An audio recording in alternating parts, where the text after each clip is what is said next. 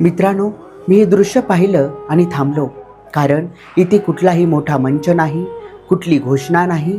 तरीही आयुष्याचं खूप मोठं सत्य इथं उघड पडलेलं आहे. मळ्यात वाकून काम करणारी ही माय कुणाला दिसतही नाही, पण तिच्या प्रत्येक हालचालीत जबाबदारी आहे.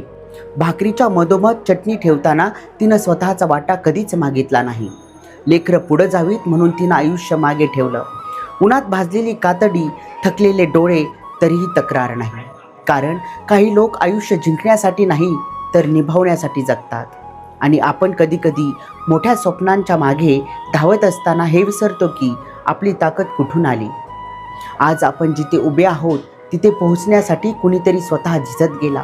आणि तेव्हा जाणवलं की यश मोठं होण्यास नाही, तर ज्यांनी आपल्यासाठी काबाड कष्ट केलेत, सगळं दिलं, त्यांना विसरू नये. यातच खरं मोठं यश आहे.